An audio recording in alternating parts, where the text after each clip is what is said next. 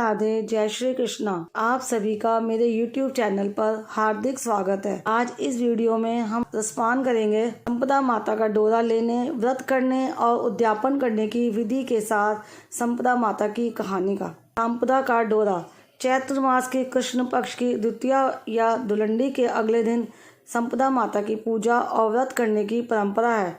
इस व्रत को दशा माता का व्रत और दशा माता का डोरा के नाम से भी जाना जाता है। घर की स्त्रियां घर की उन्नति के लिए इस दिन संपदा माता की पूजा करके उनका डोरा अपने गले में बांधती हैं। धार्मिक मान्यताओं के अनुसार धन लक्ष्मी की प्राप्ति और उसमें बढ़ोतरी के लिए महिलाओं को संपदा माता का डोरा गले में बांधना चाहिए और उनका व्रत एवं उद्यापन करना चाहिए। संपदा माता का डोरा कब लिया जाता है? संपदा माता का डोरा होलिका दहन के दूसरे दिन यानी धुलंडी के दिन लिया जाता है। इस वर्ष संपदा माता का व्रत 19 मार्च 2022 शनिवार के दिन किया जाएगा। कुछ स्थानों पर दशा माता का व्रत एवं पूजन चैत्र मास की कृष्ण पक्ष की दशमी तिथि के दिन भी किया जाता है। जो महिलाएं इस दिन दशा माता का व्रत करती हैं वे 27 मार्च 2022 रविवार के दिन दशा माता का व्रत एवं पूजन करें। संपदा माता का डोरा बनाने और पूजने की विधि। संपदा माता का डोरा बनाने के लिए कच्चे सूत के 16 तार को मिलाकर डोरा बनाएं और इसे होलिका दहन के दर्शन करा के अपने पास रख लें। कच्चे सूत के 16 तारों के धागे में 16 गांठें लगाएं और उसे हल्दी में डालकर रंग लें। एक कलश पर स्वास्तिक बनाकर उसमें जल भरकर रखें। साथ ही पूजन के लिए रोली, चावल, हल्दी, जौ के 16 दाने, एक दीपक भी रखें। डोरे को रखकर उस पर रोली, चावल और हल्दी चढ़ाएं। तत्पश्चात जौ के 16 दाने हाथ में लें और संपदा माता की कहानी पढ़ें या सुनें। कहानी सुनने के बाद डोरे को गले में धारण करें। डोरा धारण करने के बाद उन जौ के दानों को संभाल कर रख लें। जब यह डोरा खोला जाता है तब इन दानों का उपयोग किया जाता है। संपदा माता का डोरा वैशाख मास में खोला जाता है। जिस दिन डोरा खोले उस दिन संपदा माता का व्रत करें और उनकी कहानी पढ़ें या सुनें। संपदा माता का डोरा लेते समय जो जौ के 16 दाने संभाल कर रखे थे उनके साथ संपदा माता के डोरे से भगवान सूर्य को अर्घ्य दें। सूर्य देव को अर्घ्य देने के बाद ही आप स्वयं भोजन करें। संपदा माता का उद्यापन कैसे करें? जिस वर्ष घर में पुत्र का जन्म या पुत्र का विवाह हो उसी वर्ष संपदा माता का उद्यापन किया जाता है। संपदा माता के उद्यापन में 16 जगह 4-4 पूरी और हलवे रखें। एक तियल रखकर उन पर हाथ फेर कर यानी कि मिनस कर सास को दे और उसके चरण स्पर्श करके आशीर्वाद प्राप्त करें। फिर जो 16 जगह पूरी और हलवा रखा था उसे 16 ब्राह्मणियों को तिलक करके दक्षिणा रखकर प्रदान करें। यदि संभव हो तो उन्हें पूरा भोजन कराएं। संपदा माता की कहानी। अति प्राचीन समय में नल नाम का एक राजा था। उसके पास अपार धन संपत्ति थी। इस कारण उसमें बहुत अहंकार आ गया था। राजा नल की रानी का नाम दमयंती था। धुलंडी के दिन रानी ने देखा कि महल के नीचे बहुत भीड़ लगी हुई थी। बहुत सी औरतें एक बुढ़िया से संपदा माता का डोरा ले रही थी। वो बुढ़िया संपदा माता का डोरा बांटने के साथ औरतों को संपदा माता की कहानी भी सुना रही थी। रानी यह देखकर अपनी दासी को सारा वृत्तांत बताती है और पता करने के लिए उसे भेजती है। दासी ने रानी की आज्ञा मानकर वहां उपस्थित स्त्रियों से सारी बात पूछी और फिर रानी दमयंती को आकर बताई। दासी ने रानी को बताया कि एक बुढ़िया सभी स्त्रियों को संपदा माता का डोरा बांट रही है। इस डोरे की पूजा करने और इन्हें बांधने से संपदा माता की कृपा से धन लक्ष्मी की प्राप्ति होती है। दासी ने रानी को बताया कि कच्चे सूत की 16 तार से डोरा बनाकर उसमें 16 गांठ लगाएं। फिर उन्हें हल्दी में रंगकर रोली चावल से पूजा करें। जौ के 16 दाने हाथ में लेकर संपदा माता की कहानी पढ़े या सुने। कहानी सुनने के बाद डोरे को गले में बांध लें। यह सब जानकर रानी के मन में भी संपदा माता का डोरा बांधने की इच्छा हुई। रानी ने भी बुढ़िया से डोरा लेकर विधि पूर्वक उनकी पूजा करके और कहानी सुनकर डोरे को अपने गले के हाथ में बांध लिया। राजा नल ने जब रानी के गले में हाथ में डोरा देखा तो रानी से पूछा, हे रानी, तुमने अपने गले में हाथ में ये क्या बांध रखा है? रानी दमयंती ने राजा से कहा, हे राजन, मैंने अपने गले में हाथ में संपदा माता का डोरा बांध रखा है। इसके प्रभाव से धन लक्ष्मी में वृद्धि होती है। राजा ने रानी से कहा, हमारे पास अपार धन है, हमें इसकी कोई आवश्यकता नहीं है। अज्ञान और अहंकार वश राजा ने रानी के गले से डोरा निकालकर उसे फेंक दिया। राजा के इस कृत्य से संपदा माता रुष्ट हो गई और उन्होंने राजा को स्वप्न में दर्शन देकर कहा, हे राजन, मैं संपदा हूँ, तुमने मेरा अपमान किया है, इसलिए अब मैं तुम्हारे पास से जा रही हूँ। मेरे जाने के बाद तेरा सारा धन कोयला हो जाएगा।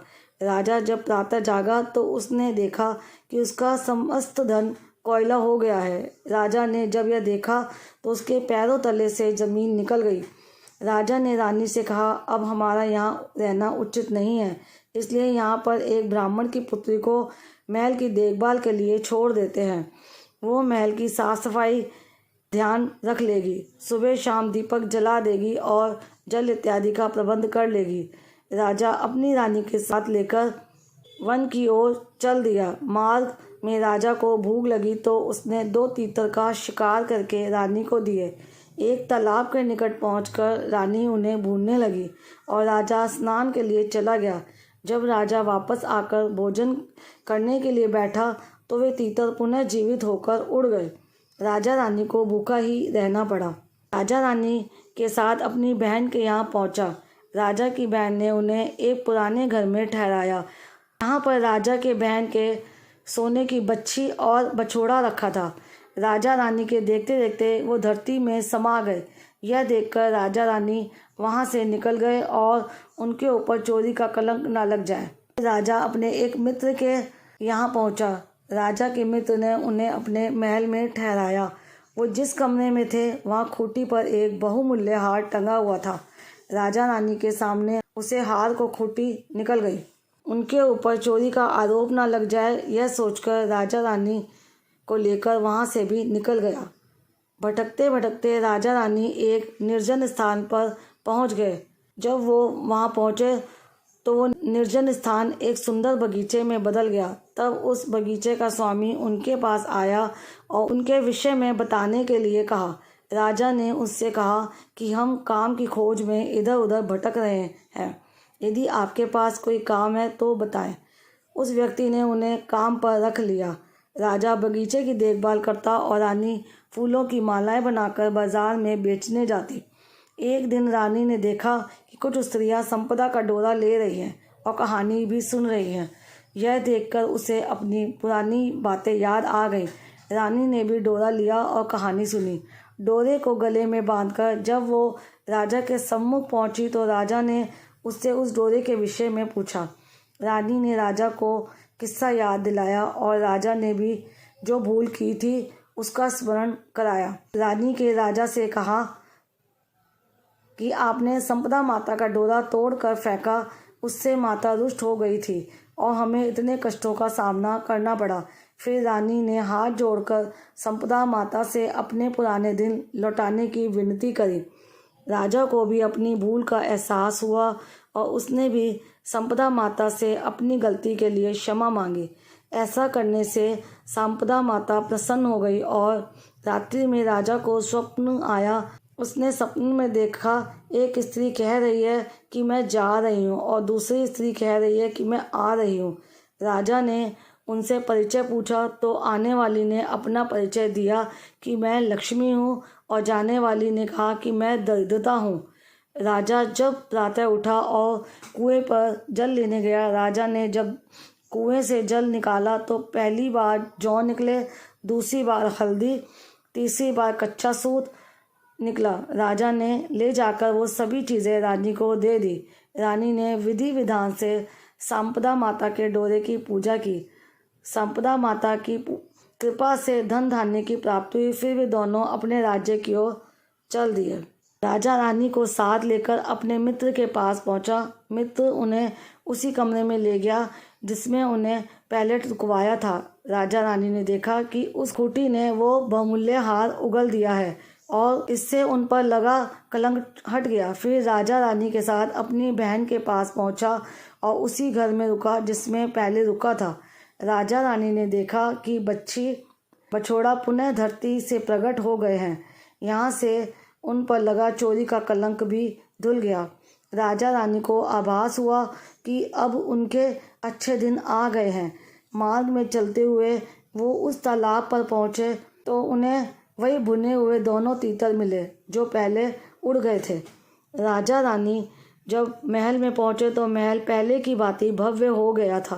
उनका जो धन कोयले में बदल गया था वो उन्हें पुनः पूर्व स्थिति में प्राप्त हो गया। राजा रानी ने जिस ब्राह्मण की पुत्री को महल की देखभाल के लिए छोड़ा था उसे उन्होंने अपनी पुत्री बना लिया। फिर बड़ी धूमधाम से उस लड़की का विवाह आयोजन किया। पुत्री के विवाह के पश्चात रानी के मन में संपदा माता का उद्यापन करने की इच्छा हुई।